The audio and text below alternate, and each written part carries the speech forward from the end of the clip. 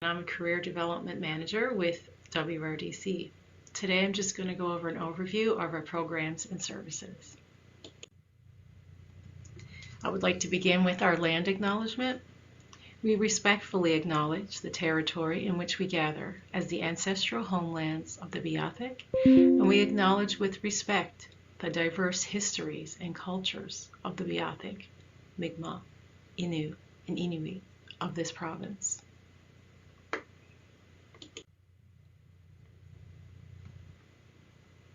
For 25 years, Women in Resource Development Corporation has been changing the culture of work in industries and sectors that have historically been inaccessible and unwelcoming for women.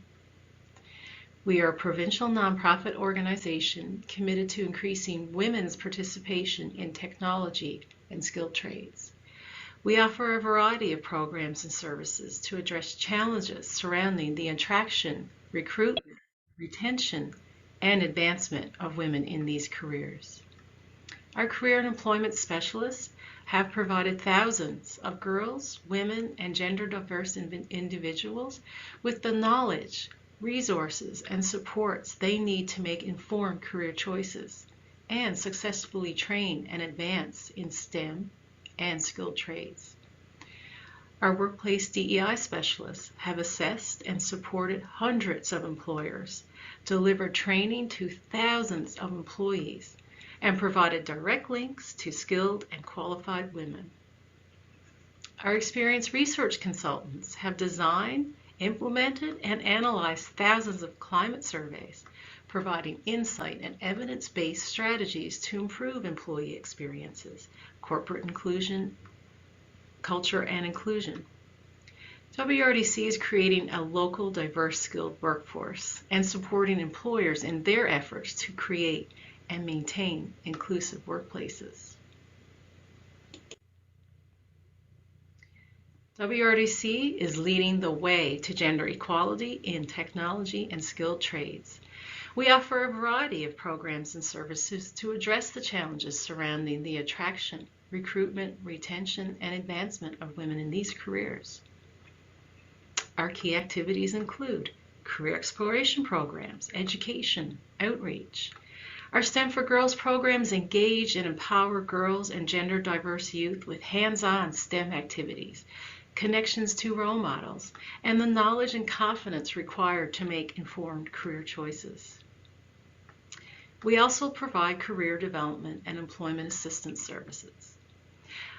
Our certified career practitioners are located throughout the province, and they provide one-on-one career services and oversee the delivery of programs such as Orientation to Trades and Technology, Emotion and Momentum Plus, and our new Digital Skills Foundations programs.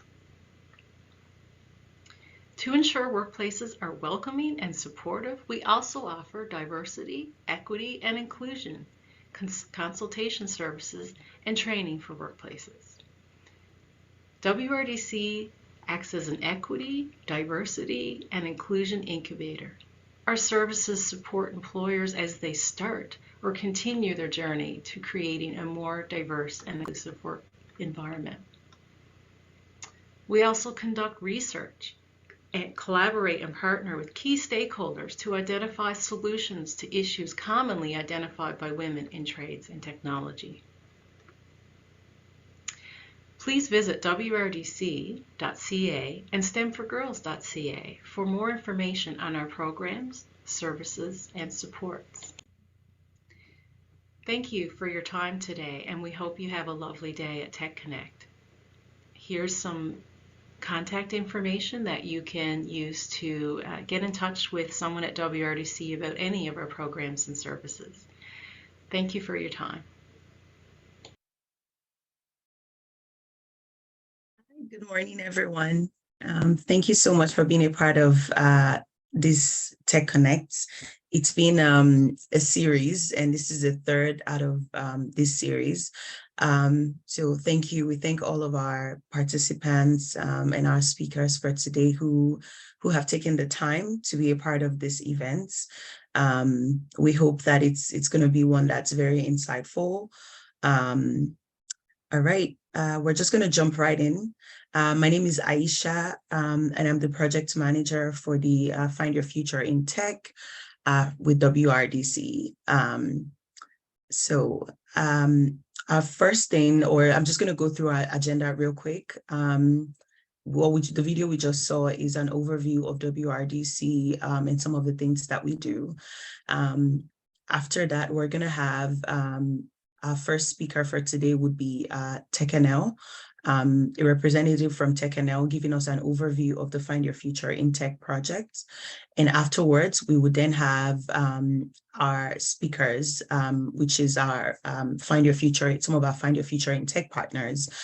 For today, we're going to have a speaker from MON, from the LEAP method and WRDC.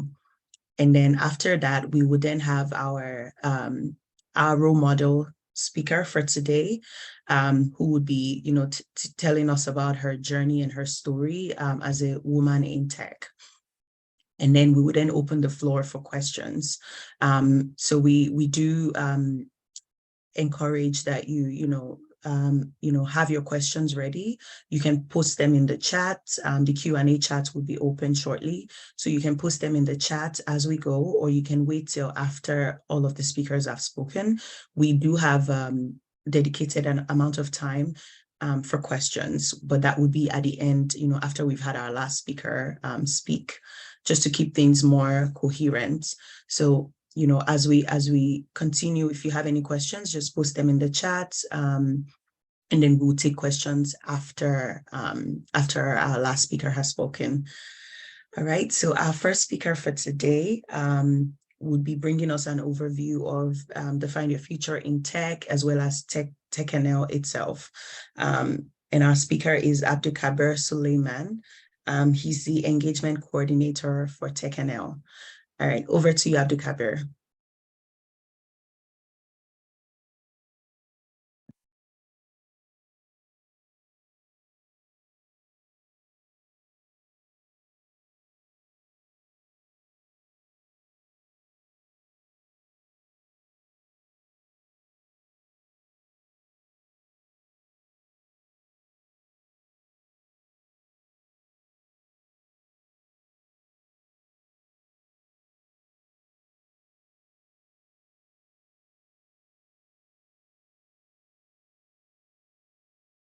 Come back to him.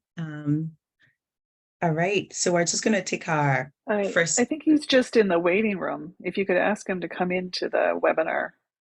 Oh, okay. Just a moment. Apologies for that. Just a few seconds here.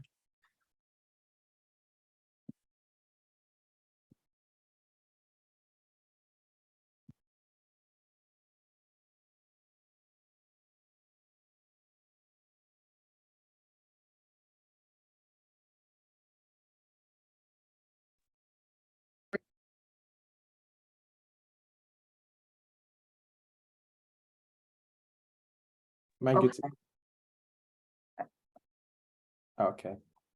All right, over to you. Thank you. Thank you.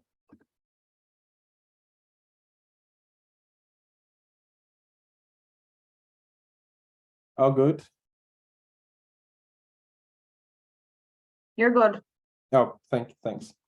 Yep, so TechConnect is a non-for-profit membership association that enables a thriving innovation driven economy here in our province, and we do that through various services to companies, to individuals, to students, to everyone as it affects our local tech ecosystem here in Newfoundland Labrador.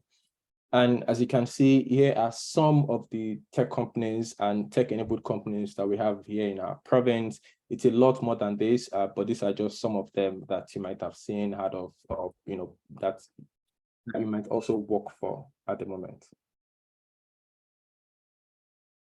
And we have the Find Your Future in Tech program, which a lot of us must have heard about. It's a 27 million program funded by the government of Canada to train and upskill people in tech, and it's the biggest funding of such across the country.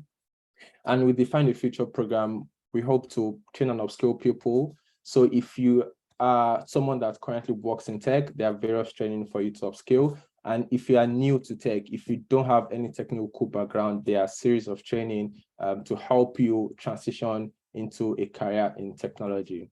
Also, with the program, we are looking to challenge misconceptions. People have different notions about tech. For some people, you have to be coding, you have to spend 4 or 5 hours a day, writing lines of code or doing design, but there are a lot more aspects of tech. We have sales, we have business development, we have writing, we have DEI. There are various aspects of tech that we're just trying to push the narrative out there to get people to understand what it is, the various careers that we have in tech also with this training. And that's why with the Find the Future training, there are various training. We have training in sales, we have training in design, we have training in cybersecurity, we have training in Amazon Web Services, we have career training, just career training with the WRDC. So for people that are interested in tech but are unsure where to start, how to go about all of that. With the Find the Future program, there are 3 eligibility criteria stated by the government. You have to be a Canadian citizen, a permanent resident, or someone who has been granted refugee status. You need to be legally entitled to work in Canada, and you also need to reside here in our province. These are some of the Find the Future partners, the training partners that are helping TechConnect achieve the Find the Future goal. We have bachelor's and master's scholarships with MON. We have micro-credentials and diplomas with King. We have the Amazon Web Services micro-credentials and also the cybersecurity micro-credentials with King. We also have 2 diplomas, software development diploma and digital office diploma with King. With CNA, we have the digital content creation course with CNA. With the WRDC, we have the orientation to trades. We have the this current TechConnect training, and we also have the career mentorship training with the WRDC. With Get Coding, there is the software development mentorship with Get Coding. With the last week, I think it's the first edition of the TechConnect, we had Jan come around to talk about Get Coding. Last week we had 2 colleagues from SEM talk about the ArcGIS training. Carol is here today to talk about the sales training. A lot of these partners are coming on TechConnect just so we also understand a lot more about the various training. We have advanced computing with AceNet.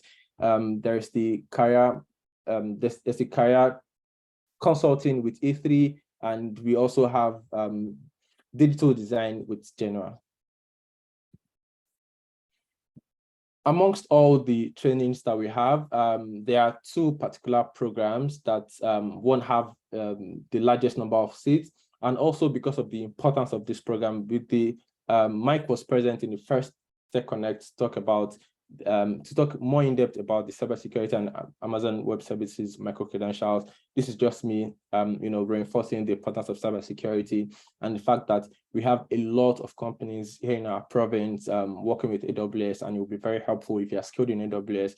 It would be very helpful for yourself, for your business, if you have basic cybersecurity training, just so you can stay safe online.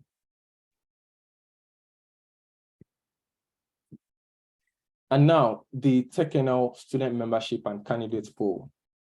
Aside the Find the Future training, TechConnect has the student membership hub, which is an avenue for students to connect with employers. So we have different events. There is usually the monthly networking event, and also we have events with HRs, we have events with companies.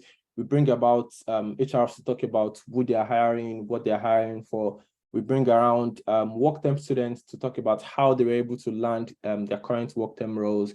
They also talk about what they do in their current workplace. There is also the weekly newsletter talking about events, helpful events in our province, talking about job openings, who's hiring, what they're hiring for. Who are they hiring? Different opportunities and avenues for students to connect with employers. And also is the candidate pool. The candidate pool is similar to the student membership, but focused on job seekers. So if you're a job seeker here in our province, the candidates pool is where you have a lot of support provided to you. There is the FAQ that is going to be shared with you that has a lot of information around how to find job posting, how to network, what events should you go to, what portals should you sign up on. And also beyond that, if you have specific requests as a candidate, as someone looking for a job in our province, we have TechConnect members that are very much happy to provide that support to you. So these two are very, very helpful to student membership for students and the candidate pool for job seekers. Also, one of the ways in which TechConnect provides services to our partners is, for some partners, they don't want to go through the stress of having to screen through 100 applications for a job opening that has just 2 positions. So sometimes they would speak with TechConnect, and in that system, we would recommend candidates, to these partners, as much as we are not the hiring partners. But because we've had candidates that that are trusted and that have proven through their resume, through conversations, that they are a good fit for this role, we get to recommend those candidates to those particular openings, and this is also done through the candidates pool. So it's just a very, very helpful tool, and one of the ways in which TechConnect is getting people jobs, getting people upskilled in our province. These are, 2 quick QR codes that you can scan, and this takes you to the registration form for the student membership. This takes you to the registration form for the candidates pool, and I'm just going to leave this here for like a few seconds, just so you can bring out your phone to scan either of them. Student membership for students, candidates pool for job seekers.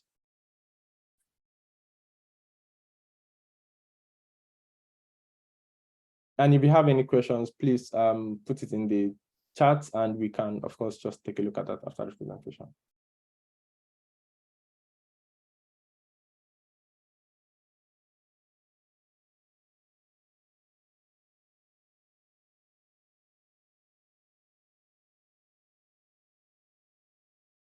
Yep. So that's it. Just in brief about TechConnect and the various services that we offer to students. I would just want to reemphasize the student membership and the candidates pool. We've seen a lot of students, get to connect with employers, connect with HRs, connect with even more experienced engineers, scientists in the industry. And we've also seen candidates, that are looking for a job get employed into different various roles that we have here in our province. And, these are just very, very helpful membership tools. So thank you very much for listening. And, we would go ahead with other speakers.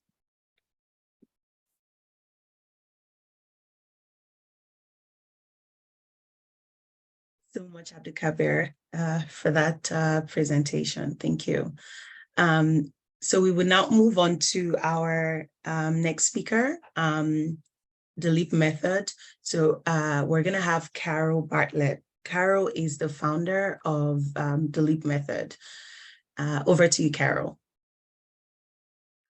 Thank you so much. Please don't put me in the spotlight there. That's because I want to see everybody, if that's a possibility. There you go. Perfect. All right. So good morning, everyone. I am Carol Bartlett. I am the founder of the LEAP method. I don't want to take any more than my allotment time, but this morning I want to have a conversation about excellence. And I just want to know, you can put it in the chat, you can turn on your microphone if you feel that you want to have a comment on it. But have you ever thought about how you can achieve excellence? Anyone? Sometimes I'm driving in the car and I'm quiet, and my spouse says to me, like, what are you thinking about? And I say, excellence, really, and how you can achieve it. And she'll say, wow, I was just thinking about, stopping to Starbucks to get a coffee. But excellence is something that we should all strive for. And I know that many of you are striving for it in your career and in your business. And when we're technologists and highly technical, so I started my career as a geophysicist, and excellence was a path that was well defined.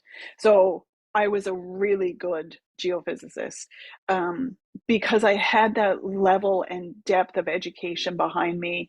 I had a master's in geophysics. I understood the software, I understood the math, and I could have a very good conversation, produce great reports. When you're in sales, which is what the LEAP method is all about, is sales training, it gets a bit more fuzzy. And I just want to explain a little bit about that. So are any of you runners by any chance? Yeah. So when we start to run, a great rule of thumb is to run for 1 minute and walk for 1 minute. So the equivalent there in sales is you should really network. That's how you get sales, right? Step number one on that. When you start to advance from, walking 1 minute, running 1 minute, and let's say you can consistently run for 10 minutes, then you've graduated onto, well, what comes next with my training in running? I want to increase my speed. So there's a tactic for that. So doing some interval training, so getting your heart rate up and doing interval training. So 1 minute fast, 2 minutes slow, 1 minute fast, those types of things that you can do. When you're in sales, that next step would be to coordinate who you're talking to and have a very systematic outreach. So you can see now what I'm doing is kind of progressing in the sales realm of things. But when you get to be more elite, say you've run your first race in running, and now you want to really advance that type of thing. So you want to get a coach, and that coach is going to say to you, look, I think you should do zone 2 training and zone 4 training. And we're really going to elevate your overall fitness, but you're going to become a really fast runner. Excellent. So in sales, that's mirroring who you're talking to with the language that you say. So if you're in different verticals, you're going to want to make sure that you're mirroring that language and that you're having that value proposition that's the same thing. When you advance past that, now we're starting to get into very elite stuff, which is being able to predict your cash flow. So you're understanding now how much lead generation you have to have in order to have a close. You understand what your close rate is, those types of things. Equivalent in running is the pressure that you're applying to your foot when you push off. So that power then, you can work on it, right? So what's your cadence in your step? So a great coach might come in and say, gee, I think your cadence should be north of 170, per se.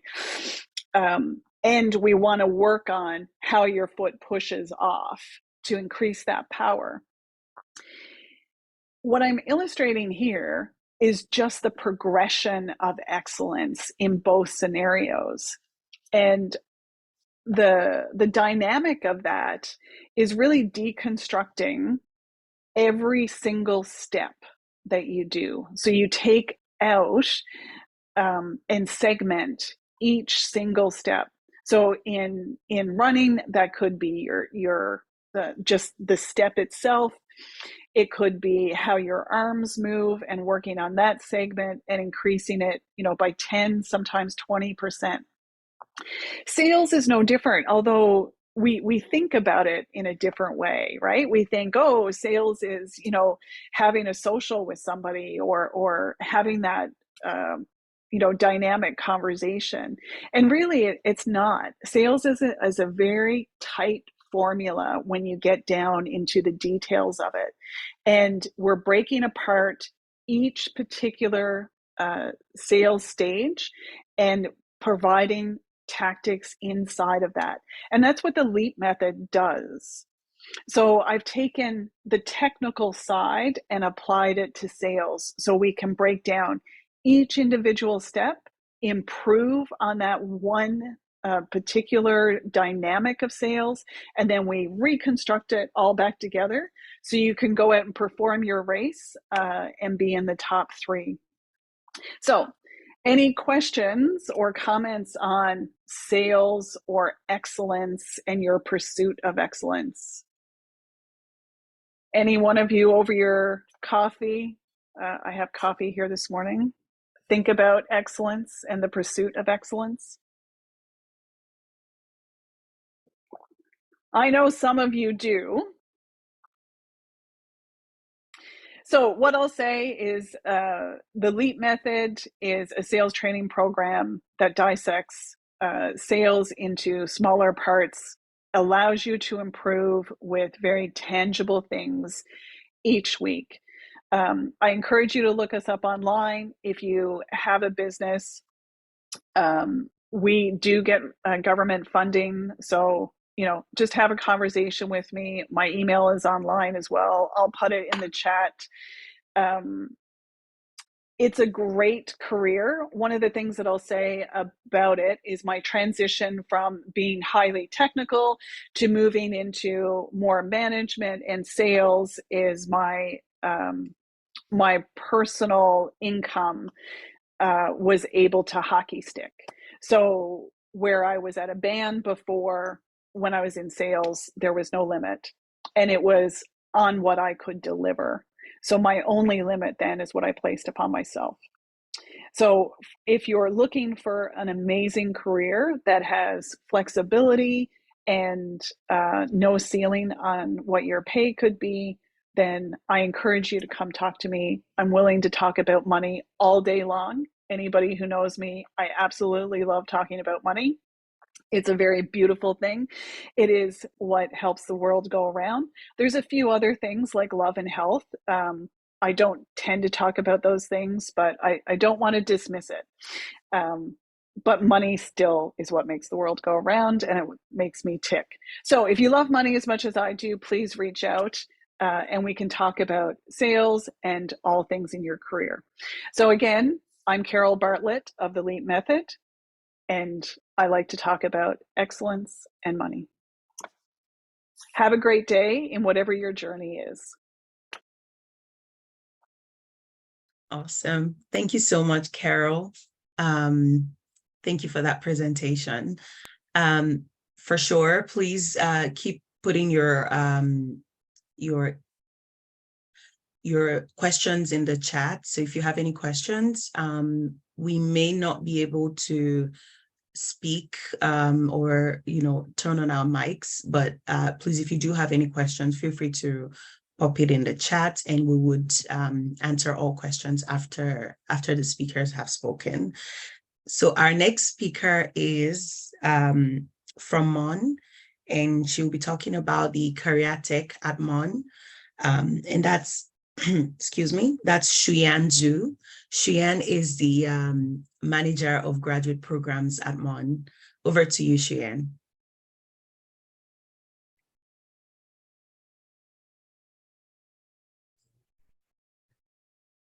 Okay, perfect. Thank you. Thank you, Aisha. Sorry, because Mon uses Mon uses WebEx a lot, so Zoom is kind of new to me. I'm still trying to play with it. Okay, just give me 1 second. All right. Okay, so hi everyone, my name is Chen Zhu. I'm the manager of graduate programs in the Faculty of Business Administration at Memorial University. I'm also the project manager for Career Tech. We partner with the TechConnect to develop Career Tech, aiming to help our Memorial students and CNA students gain an understanding of the types of jobs and skills that are needed right now within the tech sector. and help them explore the options and see where they can fit in this growing area of work and careers. So Career Tech basically offers 5 workshops to demystify some key roles that are in demand in the tech industry. So these 5 workshops are all facilitated by industry professionals who currently work in tech. The very important thing for this program, for this for our Career Tech, is that these workshops are beginner friendly.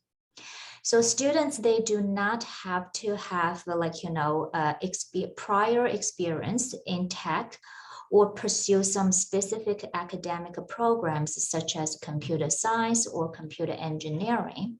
So all educational backgrounds are welcome. So I'm going to quickly run through what are these 5 workshops. So we offer one workshop that talks about data science. So data science is like the detective of the tech world. It's all about digging into data to find hidden stories. So this workshop is going, we've done, we just got this workshop done yesterday. That was our first data science workshop. We had a great turnout. It was so it was really good. Beth Saunders, so from MISA, so she's the person who facilitates this workshop. And we have another workshop that's software development and coding. We know this is very popular, and students are looking for opportunities like this. And the software development and coding is all about creating computer programs and apps. It's like giving instructions to computers using a special language. And the workshop facilitator is Jillian Augree. Sorry, I probably pronounced her last name not correctly, Augree. But anyway, so she's from Verifin, and she had her first workshop done just last Saturday, and we had a great turnout and very engaging students. I think students from the feedback that we got, and they are very satisfied. They were very satisfied by this workshop. So another topic we think that's that has been identified very important, that's about marketing and technical sales. So luckily, we have Carol Bartlett, who just presented. Yes, yeah. So she's our workshop facilitator for this topic.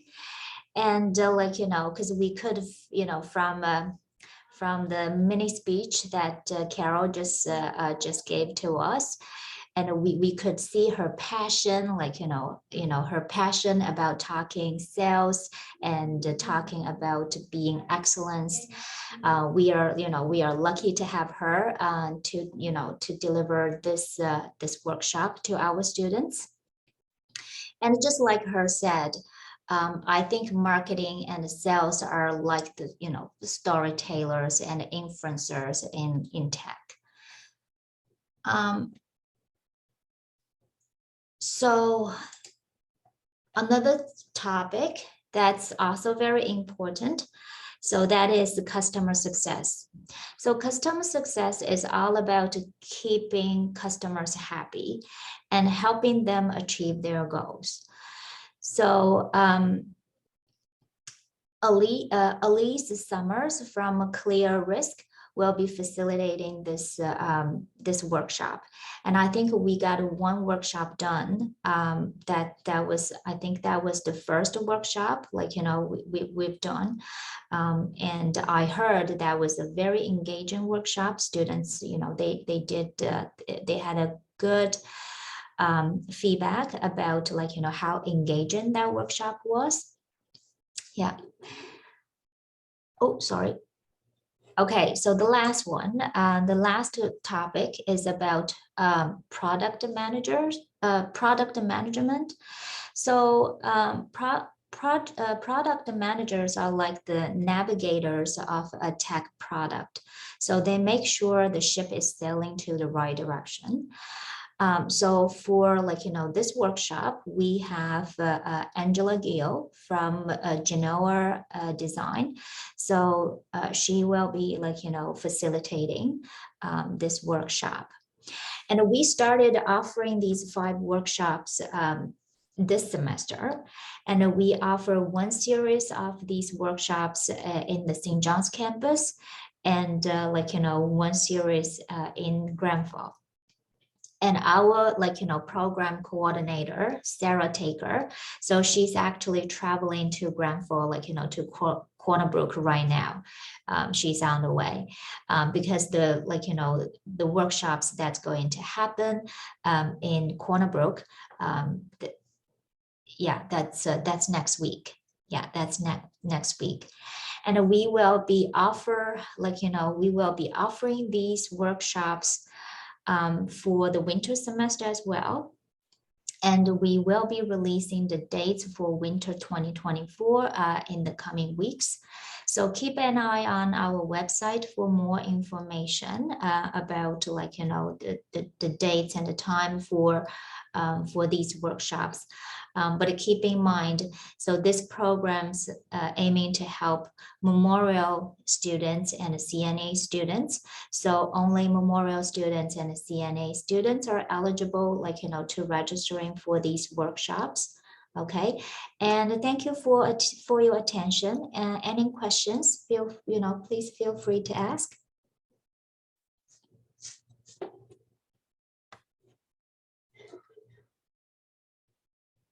Yeah, my apologize because I have a double screen. So you may seem I'm turning my head around. Yeah, anyway, if you got any questions, just feel free to ask. And also you can reach out to us, you can reach out to Sarah. So I'm going to put her email in the chat box just in case you have a question or you would like to connect. Okay. Awesome. Thank you, Cheyenne. All right. Thank you so much for that presentation. So we're going to have our next speaker. Our next speaker is from our very own WRDC, and she will be talking about the OTT program, Orientation to Trades and Technology program. All right. So I would invite Bobby Jo. Bobby Jo is one of our career development practitioners. Over to you, Bobby Jo. Good morning, everybody. I hope it's as beautiful where you are as it is here today on the West Coast. And as every other presentation, if you have any questions, feel free to pop it in the chat and we'll get to those at the end. So good morning and welcome to this short presentation on our Orientation to Trades and Technology program. Sorry, I've got one. Okay. My name is Bobby Jo Patey. My pronouns are she, her. And as Aisha said, I'm the career development practitioner for the Western region with WRDC. So the area I cover is from Port Bass to St. Anthony. WRDC is celebrating 25 years of changing the culture of work, and it is through partnerships that WRDC continues to create welcoming, diverse, and inclusive work environments. Each of WRDC's programs and services, such as STEMforGIRLS programs, career services and employment supports, gender diversity, equity, and inclusion, DEI training and services, research, collaboration, and partnerships, all work together to build confidence and support young girls, women, and gender diverse individuals to enter technology and skilled trades careers. WRDC's career development practitioners across the province provide help with labor market research, identifying and exploring education and employment options, job search, resume, cover letters, interview techniques, accessing an existing network of women in technology and skilled careers. Through these services, we help women identify and remove barriers to exploring and entering skilled trades and technology sectors. The WRDC's career development team completes intake assessment for our Orientation to Trades and Technology program, OTT. Orientation to Trades and Technology is a WRDC program delivered at College of the North Atlantic locations throughout Newfoundland and Labrador. OTT is a career development program focused on career exploration. The program is a bridge to training for occupations with low female enrollment. The OTT program is designed to give women the opportunity to gather information on a variety of career options to make an informed decision by becoming familiar with post-secondary programs and comfortable with using tools in a shop environment, and to gain skills in a number of areas that can help with moving forward in their career journey. Over 1,050 women have completed programs since its first offering in 1999.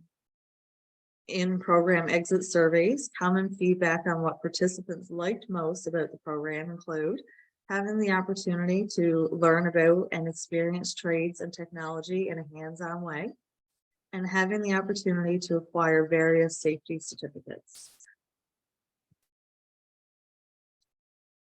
During the OTT program, students receive hands-on experience in the shop and classroom environment to deliver a better understanding of career possibilities. 7 core trades and technology programs are chosen to include Intro to Computers and Networking, Carpentry and Construction, Industrial Electrician, Welding, Automotive Service Technician, Non-Destructive Testing, Engineering Technology. Students also complete an Information Technology Bootcamp course to become more familiar with a variety of career options in the tech sector. Students complete safety certifications, including WMIS, Traffic Control Person or Flag Person, and Power Line Hazards. Students also become complete respectful workplace training with WRDC's Gender and DEI service team.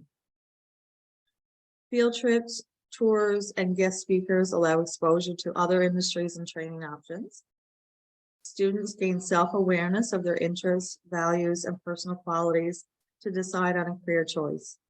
Students also prepare a resume and cover letter, portfolio, to highlight the skills and certificates they possess and have gained within the program.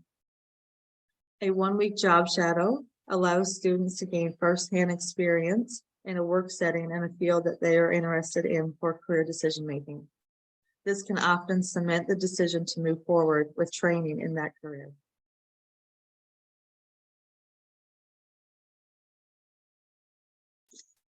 Women interested in OTT may or may not have an idea of careers in trades and technology they are interested in pursuing, but need to be considering a career in these sectors.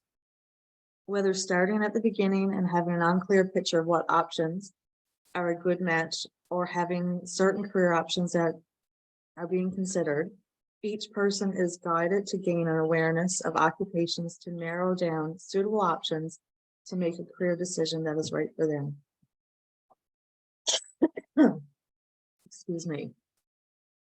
Participants are provided a safe and supportive environment to develop self-confidence and technical skills needed to be successful in both training and or employment in these occupations. Another benefit from participating in the OTT program is being eligible for priority seating. I'm sorry. Excuse me.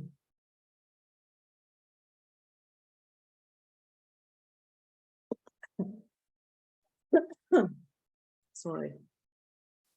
Is priority seating through submitting an application for a CNA program during the OTT program. This means that if the OTT program they apply to has a wait list, they go to the top of that wait list to apply to the while in OTT. As a CNA student participating in a program, access to campus support such as counseling, campus nurse, accessibility services, and other resources support successful completion of the program.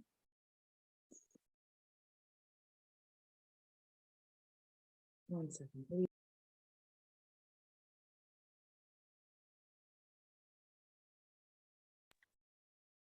The OTT program is a funded program. There are several funding options available.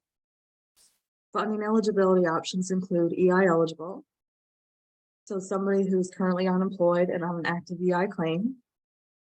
EI reachback, which is EI benefit period ended in the last 60 months or 5 years.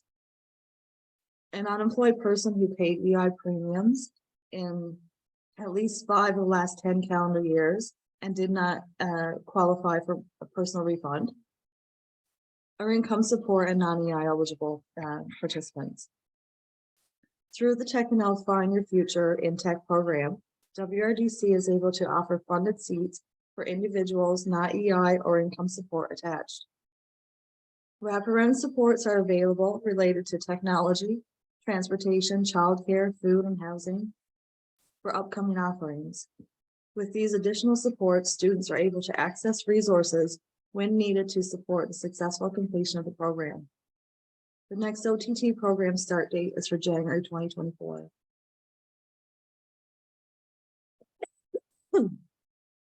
If interested in accessing WRDC's career development programs and services, contact WRDC's career development coordinator.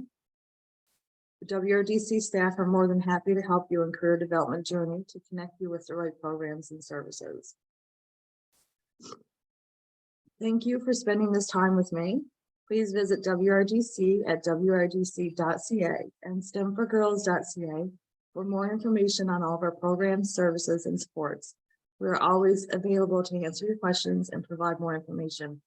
I'm so sorry for the coughing today. I got hit with a cold just in time for this. So thank you and have a great day. Thank you so much, Bobby Joe. I hope you feel better soon. All right. Thank you for that presentation as well. We're going to move to our next speaker, who's also, our role model for today. She's a woman in tech, and she would be, presenting us with her story and her journey into tech soon, just right after I read her bio. So I'm going to be introducing Rachel Tobin. Rachel is an electrical engineering graduate from Memorial University with experience ranging from medtech to research, construction, project management, and product design in Newfoundland, Labrador, and London, UK. With the latest technology boom, she's optimistic and driven to improve healthcare experiences and minimize frustrations for healthcare providers through additive manufacturing and rapid phototyping at PolyUnity. All right, it is with great excitement that I invite Rachel. Rachel, over to you. Hi, thanks so much for the intro, Aisha. Hi, everyone. Thanks so much, WRDC, for having me. My name is Rachel Tobin. My pronouns are she, her. And like Aisha said, I was asked to share a story. So hopefully, at the very least, I can entertain you for a few minutes. So I'm an electrical engineering graduate from Memorial University, and I've been part of the production and design team at PolyUnity for about 2.5 years. So if you haven't heard of PolyUnity, we're a company that's based in St. John's, but we're also operating in Ottawa in Ontario, and our purpose is to improve healthcare. So we work with nurses, doctors, infrastructure staff, lab technologists, biomedical engineering technologists, anyone in the walls of a healthcare organization or a hospital to reduce frustrations, improve workflow efficiencies, and like I said, ultimately improve healthcare. Really what we do is engineering in its purest form. It's the whole reason I went into engineering is because I was passionate about design and kind of doing something that would maybe have a positive impact on someone else in this world. And I'm definitely one of the lucky ones who gets to say she enjoys her job. So I'll tell you more about my actual role later on, but maybe I'll just start by telling you how I got here. So I'll preface my story really is not that remarkable. I've had a lot of good fortune. My family and circle of friends are so loving and supportive, and a lot of elements have been out of my control in my life in a good way, I suppose. I won a lot of lotteries in that way. So there are lots of people perhaps with more interesting stories of resilience, but nonetheless, here is my story, and I hope there's something you can enjoy from it. So I'll say it all kind of started as a child. My parents called it coddling. Maybe if you're from Newfoundland, you've heard that word before, what basically means, you go unsupervised for a few minutes and probably make a mess and throw something together with some sort of hypothesis of what's going to happen. I guess that's the nature of children anyway, but coddling was kind of how it all started. And I certainly heard my mom say a lot, the idea in your head isn't always going to work out the way you want to. She was trying to kind of do some preemptive damage control. But nonetheless, I always got myself into some sort of a mess trying to put something together or take it apart. So yeah, like I said, my family's always been really supportive. And I guess the rest of my story, I'll preface by saying I'm the youngest child, if that means anything to anyone. So I definitely perhaps got extra attention throughout it all. So I have two older brothers and a dad who all pursued STEM related fields. I have memories of being a child hanging out in the basement with my older brother. I always, wanted all the attention, was tormenting him. And so he started teaching me about the math machine, which was, I guess, his child-friendly version of algebra. And, being in the bath and my mom going through multiplication tables, 3 by 7 and all those things like that. So I guess as I kept growing, probably because of the way my family made these subjects fun, I always liked math. I enjoyed science, and of course, the old trope of the person who becomes an engineer goes. But also I found English and language arts class really enriching. I think probably because of my wonderful and nurturing teachers that I had through school, and also my mother, who herself was a teacher and loved reading. All that being said, I did have myself convinced that I didn't like biology, but my partner always laughs at me because I feel like I bring up different aspects of that grade 10 biology class all along. And perhaps that's, I always knew I wanted to work in med tech, I suppose. So it was probably originally my dad, I've deduced, that planted the seed of engineering in me. He wasn't an engineer himself, but he worked with a lot of engineers throughout his career, and he saw a place for me there. And I think that's kind of what put it in my head that maybe that was something I could try. So I wanted to explore the idea, and I took advantage of leadership in STEM programs in high school, like RadHawk, Encounters with Canada in Ottawa, Discovery Day at the med school, and actually also TechXploration, which happens to be a WRDC program. And actually, if you look up the TechXploration program, you'll see a cover photo of 8 young girls from Mobile Central High School, which is my own small but mighty high school. And I can also say at least one of those girls, Sophia White, went into electrical engineering. And I actually had the pleasure of working with her at PolyUnity through the TechNL High School internship program. And I can certainly say she's as good as they come. She's making waves in engineering at MUN, and I'm so happy to give her a little shout out there. But like I said, I'm from Witless Bay, Mobile Central High School, which is a town about 30 minutes outside of St. John's. My high school class had a graduating number of about 38 students, most of which who had been together since kindergarten. So it's a really close-knit community. And I think, again, because of that, word travels quickly about when somebody found out about a cool program that was going on in town, like TechXploration, it was quick to come to my school and we all got involved, which had a really big role in keeping me on this path toward STEM.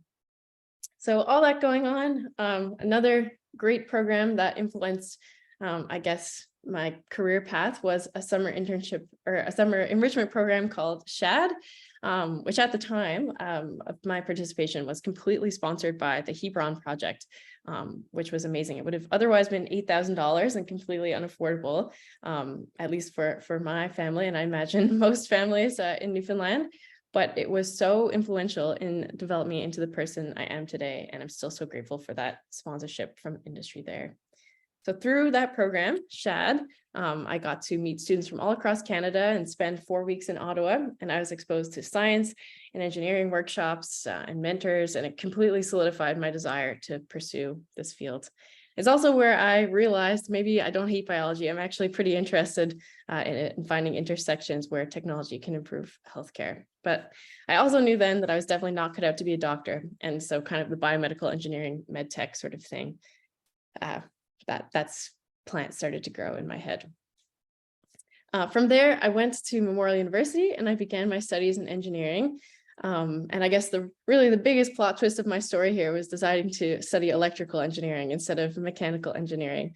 I think because of the professors that I had, and I took a lot of joy in imagining, the magic. Electrical engineering to a lot of people, myself included, is just magic, how these things work and you can't see exactly what's happening. So that was kind of where I started to go. And through studying electrical engineering, we were very closely knit with computer engineering students as well.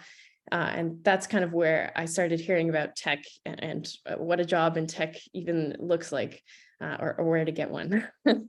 So through working again with WISE, Women in Science and Engineering, I had a wonderful mentor who actually turned into one of my favorite professors later on in my degree.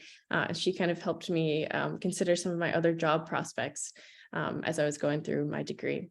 So my first few work terms, I worked with Cal in Muskrat Falls.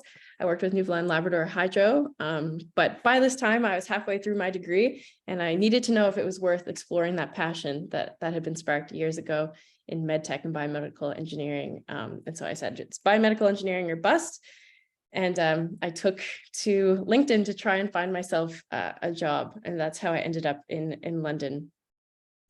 So that work term was really different than all the other ones that I had. First of all, I moved away by myself. I didn't know anyone in London. So that was a big character growth moment. And I learned a lot of wonderful things through working directly with doctors in that role. And I'll never forget one of the most valuable lines on one of my first days.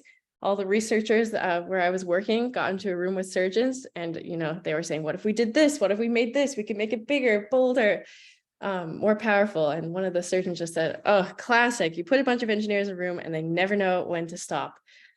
So that's certainly something that I've taken with me throughout my career. Anyway, time passed and I got to the end of my degree. But I never forgot how valuable that work term was. And I knew that's kind of the theme that I wanted to go forth in my career with. But that was actually peak pandemic and I didn't even know where to start. So another wonderful local program, I've kind of littered many throughout the last few minutes, but Bounce Health is another wonderful connection that's right here at home. So I reached out to Bounce Health and I said, hello, I'm about to graduate electrical engineering. I'm really interested in medtech and I just want to know what's out here. So that's how I got connected with my current role, which is PolyUnity through one of their internship programs. And it just turned into such a wonderful connection and I'm still here 2.5 years later, which is amazing.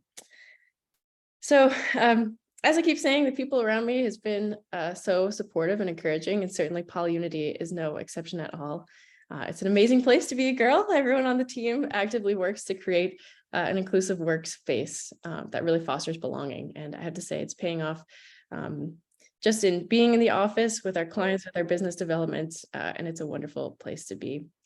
And since working there for the last 2.5 years, my role has changed from product design to project management, data wrangling, compliance, quality, lots of different things. And I love all the things I get to learn about through this role and all the people I get to work with and learn from.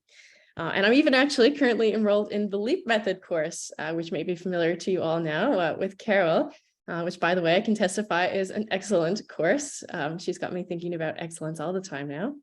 And of course, all of this is possible with the support of PolyUnity, but also the Find Your Future program that Abdul spoke about earlier. So it's all kind of tying together here. So really, that's where my story meets the present. I'll say I have a lot of friends who from engineering and other programs that are all working in tech in St. John's and loving the roles that they have, and lots of other friends who are transitioning from other industries and using their transferable skills in customer success and sales and project management and beyond. So because of all the amazing programs that we have, like Get Coding, Canada Learning Code, Digital Wave, STEMforGIRLS, TechConnect, we really are lucky in this small but mighty island. Everyone's really coming together to create such a wonderful learning environment for tech. And I guess I'll kind of end it there. The last things I'll leave off on, my advice is nothing groundbreaking, be kind, stay curious. I'm only just starting my journey in my career, and I'm just so excited to see where it will take me. So thanks again for having me.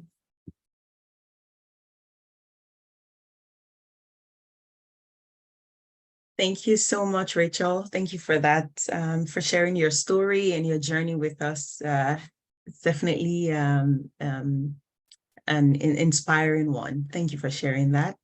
I like what you said in the end about staying curious. I've always really loved that word. There's so much that we can learn when we're curious. So thank you very much for that. All right, so we're done with, the presentation. So now we're going to go into questions and answers. So as we mentioned earlier, please feel free to pop your questions in the chat, whether it's question about Rachel's journey or any of the programs that we have talked about with Find Your Future in Tech.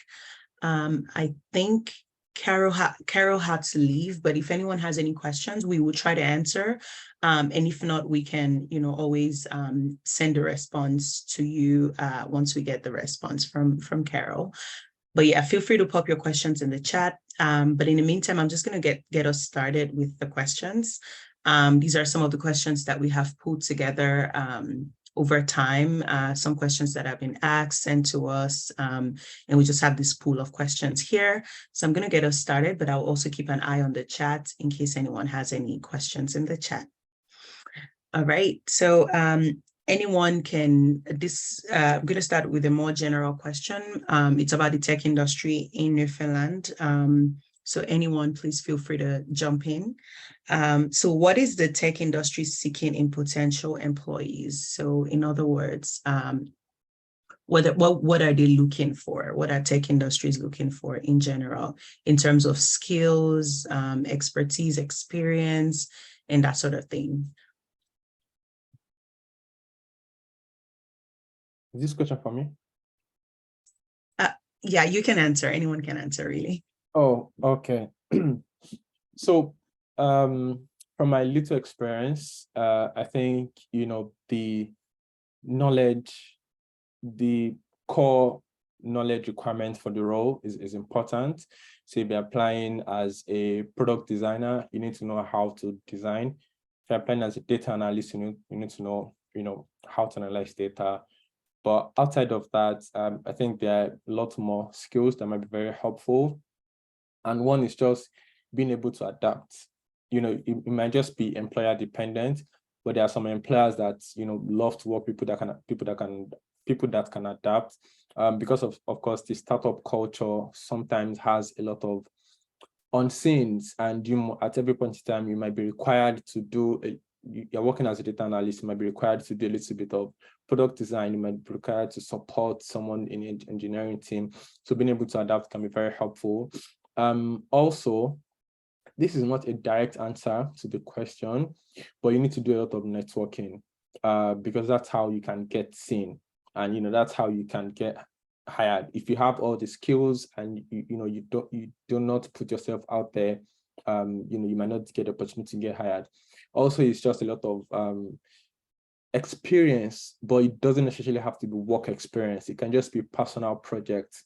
It can just be volunteer projects. It can just be, a project is like the Computer Society, just something to show track of you doing something similar in that particular. So this is also like something that can be very, very helpful. And fourth would just be, doing a little bit of research about the company. It feels nice if you're coming in for an interview and you've done research, you know what the company is looking for, you understand what their vision is, you understand, how the team works. So that can also be very helpful. There are a lot more, ways to improve your chances, but I think these are just some of them that can be very helpful. I don't know if anyone else has additional. I agree with your adaptability piece for sure, especially depending on the size of a company.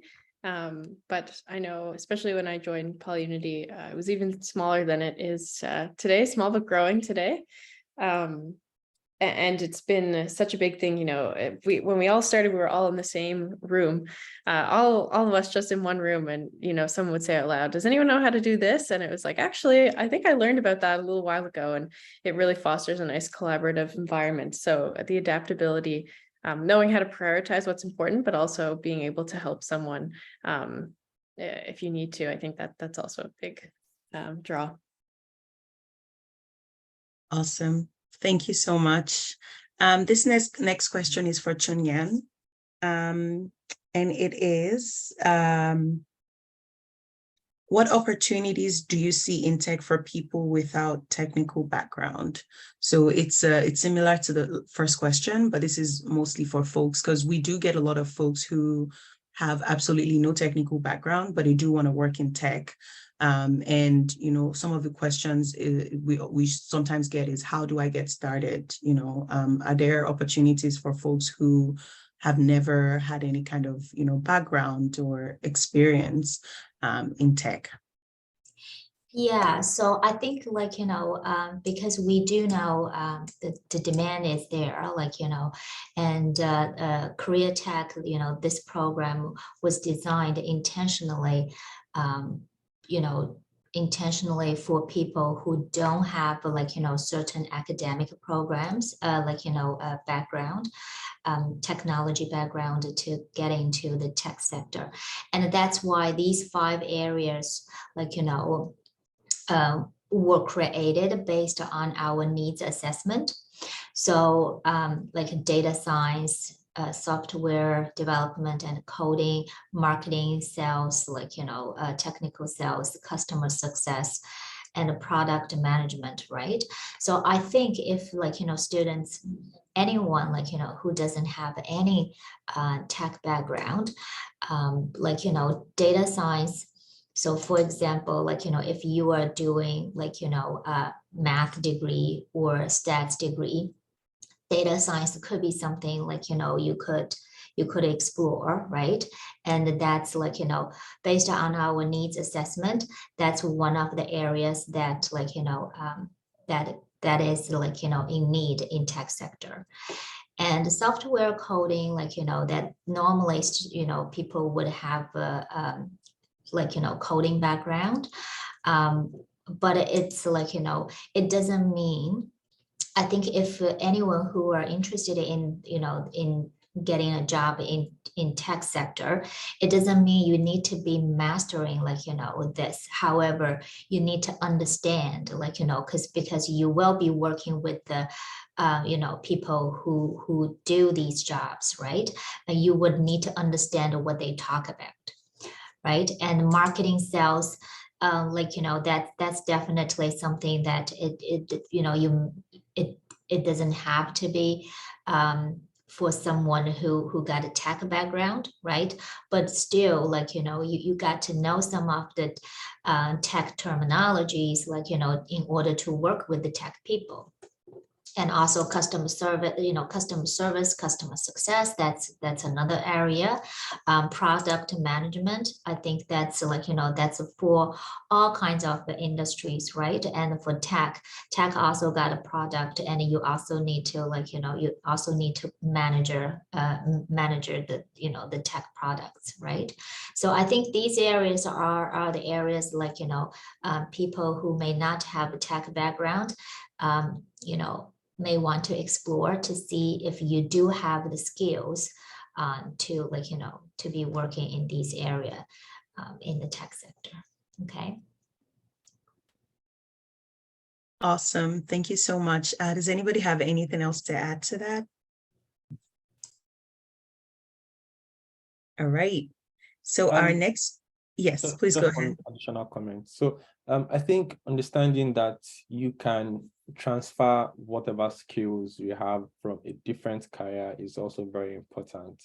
So if you happen to be a writer, you know how to write stories, there is a possibility for you to write, to do a little bit more technical writing, not even coding wise, probably just write stories for company or marketing for company. And it's just beyond writing. It can also be sales. If you have experience selling clothes, you just need to understand what it would look like selling a product. So there are opportunities for you to transfer skills that you have, into like roles in tech-enabled companies, not just core technical roles. Absolutely. And I even heard, that made me think of something I heard recently. Even for example, who's a better project manager than a new parent? So of course, they might not have the formal framework, but they've certainly got the fundamentals down as good as the best of them. So I guess if you're looking to transition to tech, have a real reflection on all of your experiences, both lived and trained. I think it can go a long way in deciding what you're good at and what you might enjoy as well. Thank you. Yeah, I love that. It actually made me think of something that I read on LinkedIn, I think a few years ago. A hiring manager had posted something that they were really impressed about. So they had an interview with a potential candidate for a job.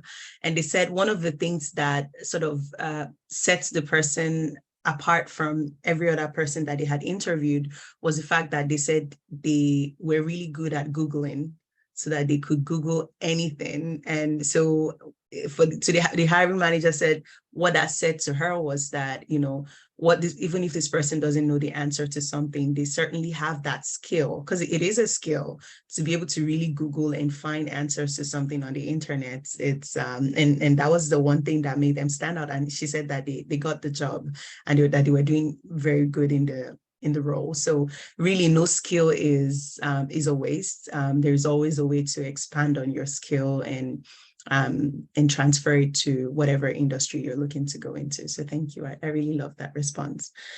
All right. So the next question, this is for Rachel, but anybody else can jump in.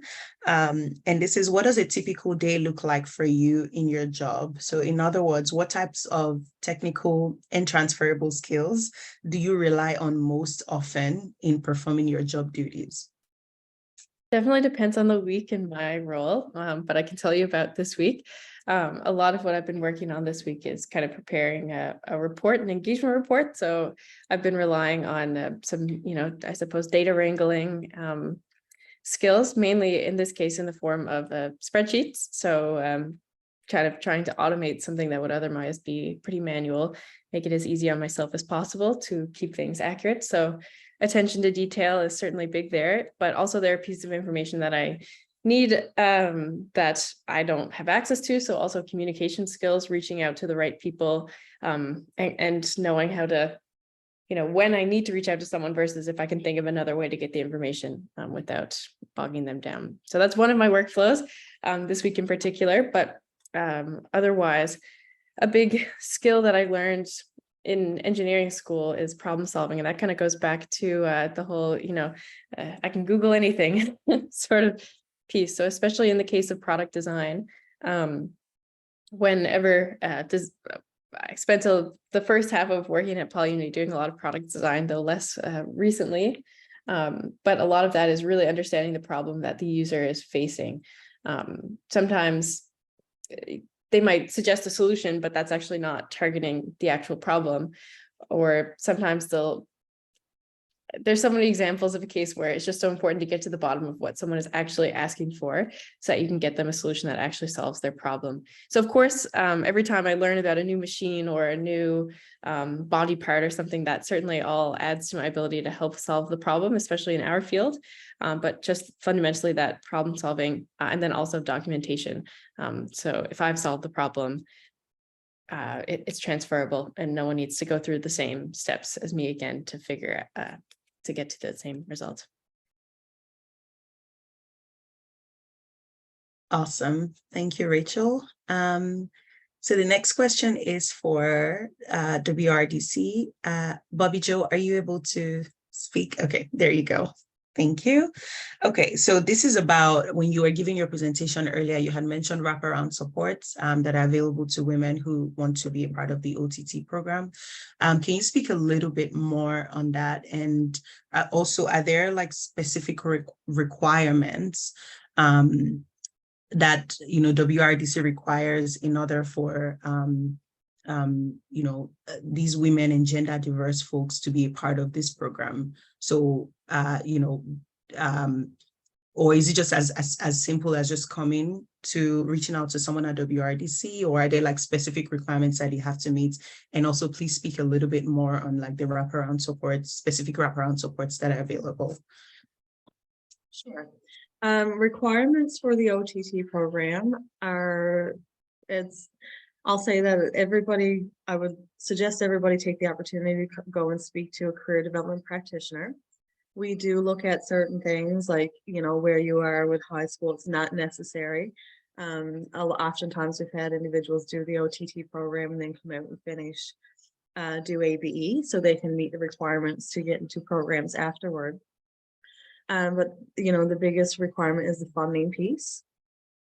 Would be, again, through EI eligibility as active claimant or reach back.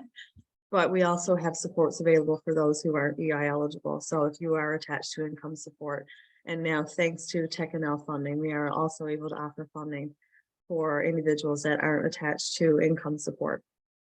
So if you are interested or know somebody who would be interested in the OTT program, despite what their background is, I highly recommend them to come and speak with a career development practitioner.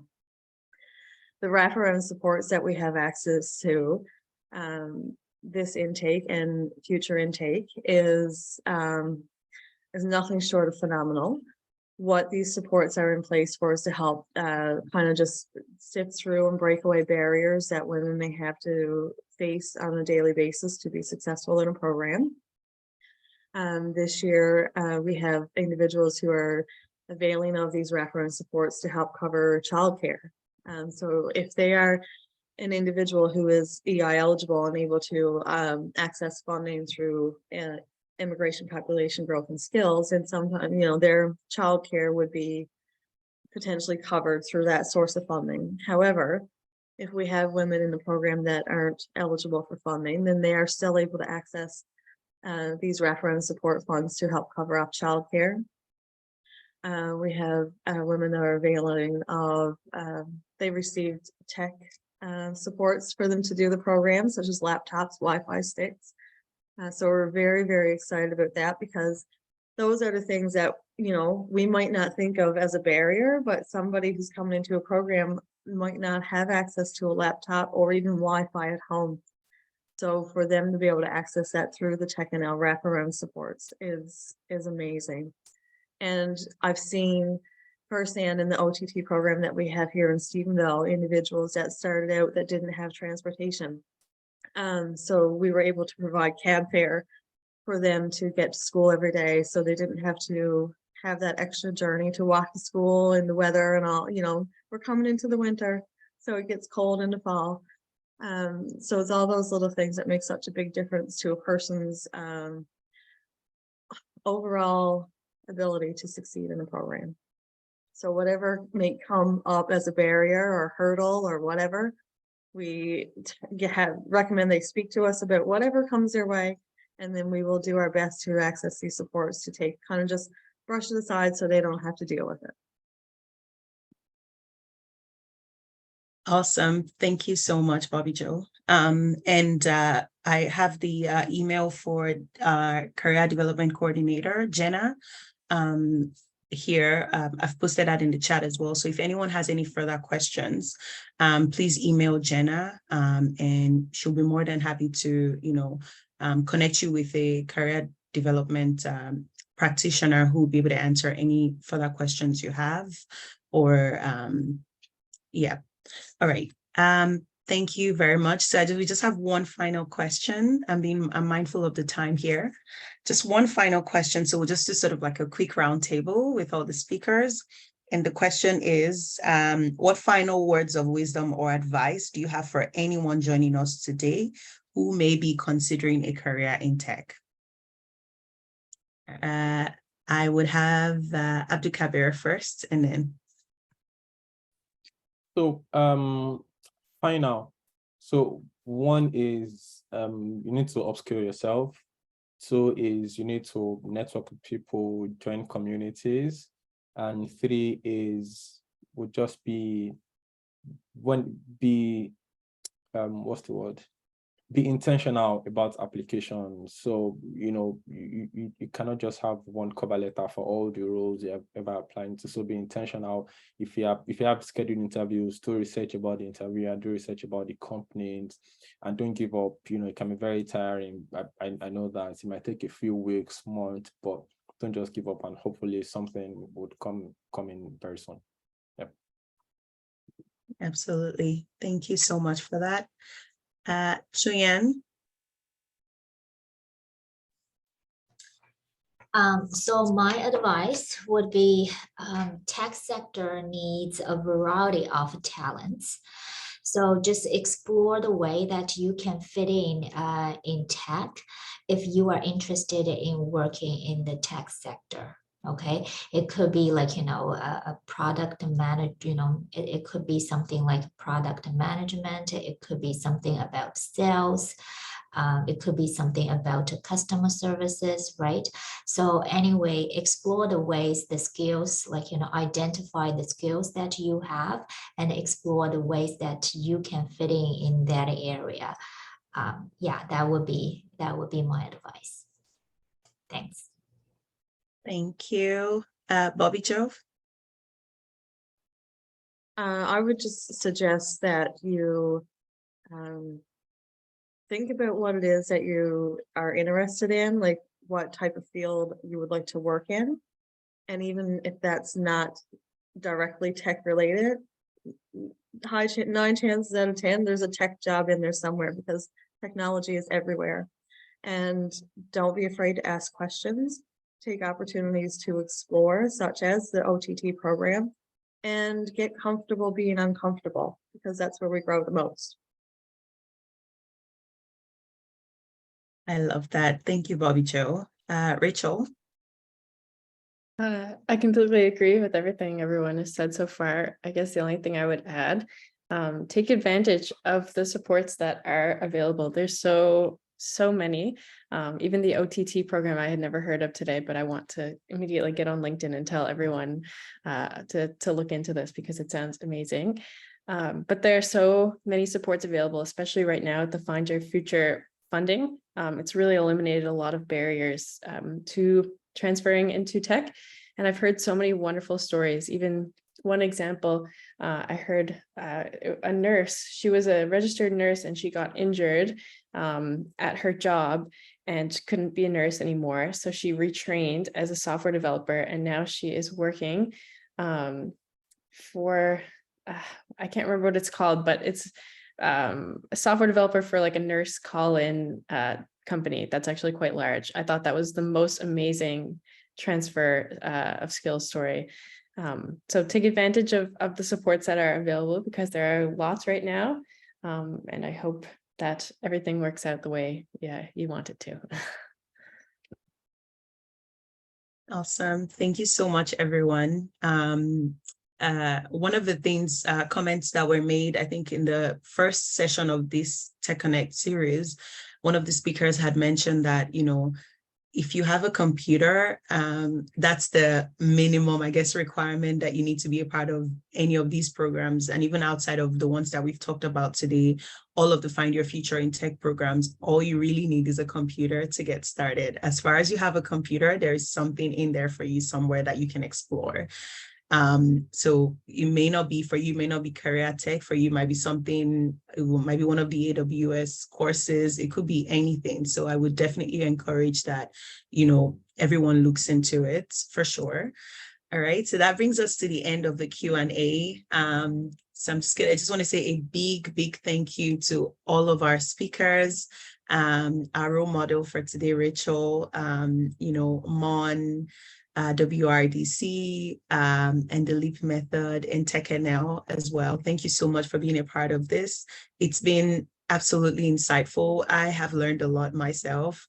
And thank you as well to all of the participants that took out time to be here today. Thank you. I hope that you've also, learned a lot as well. So shortly after, this event, sometime today, we're going to be sending out survey link. It should only take a couple of minutes, so 2 to 5 minutes at the most.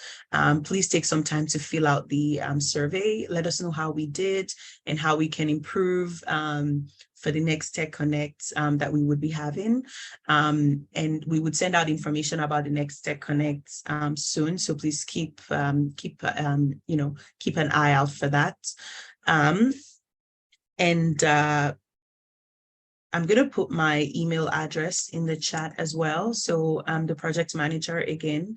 So if anyone has any questions about, any of the programs,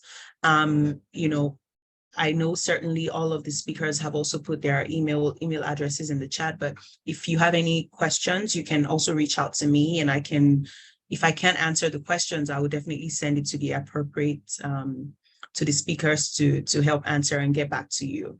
So please let us know if you have any questions. Excuse me.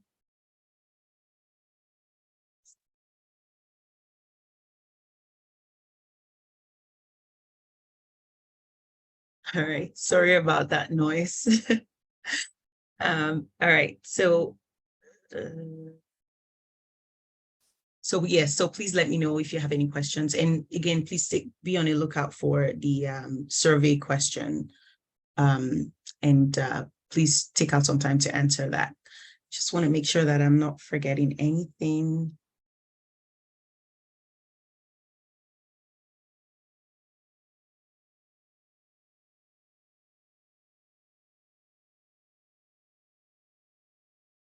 All right, I think that's all for today. Thank you again, everyone, and I hope you have a good rest of your day.